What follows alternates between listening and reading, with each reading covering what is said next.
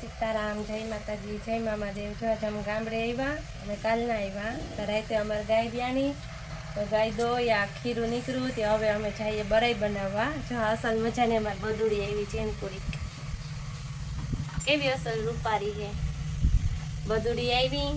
ગાયને દોઈ લીધી, ખીરું નીકળ્યું એવું હમણાં જો બરાઈ બનાવવા જઈએ। હાલો આગળ આગળ બધાની રેસીપી શેર કરીએ। તો હાલો તો આપણે આડાવરું કામ કરીને ફ્રી થઈ ગયા, બરાઈ બનાવવાનું ચાલુ કરી। તો એમાં હે ને સૌથી પહેલાં તો ગેસ ઉપર તપેલું મૂકી દેવાનું, પછી એમાં નાખવાની એલચી અને જાયફળ નાખવાનું અને સ્વાદ અનુસાર ખાંડ નાખવાની। તો આપણે ગેસ ચાલુ કરી દીધો, આમાં ખાંડ જાયફળ ને એલચી નાખી દીધા છે। હવે ધીમા તાપે ખીરોને ઉકળવા મૂકી દીધું। હવે હમણાં થોડુંક તપશે ને ઉકળશે એટલે બરાઈ બનવાની થઈ જાય ચાલુ। જો આપણે બરી બનવા માંડી।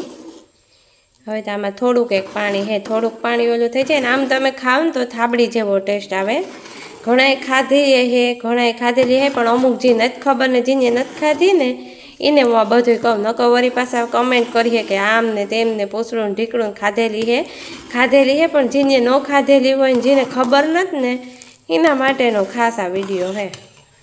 હાલો તો હવે આ બનીને તૈયાર થઈ ગયું, ઓલમોસ્ટ આખું પાણી બરી ગયું।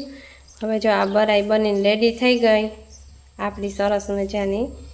તો કોઈ ન ટ્રાય કરી હોય તો ટ્રાય કરજો, બનાવજો। બરાઈ બનાવવી હાવ હેલી જ છે, કોઈ અઘરી નથી। ચમચો હલાવી રાખવાનો, ધીમા તાપેલું કરવાનું એટલે આ બની ગઈ ને આમાં જરી તારી પાણી છે ને એ હમણાં ઓગળી જાય, બરી જાય, સોરી ઓગળી ત્યાં કામ જાય। તો હાલો આપણી બરાઈ બનીને રેડી છે।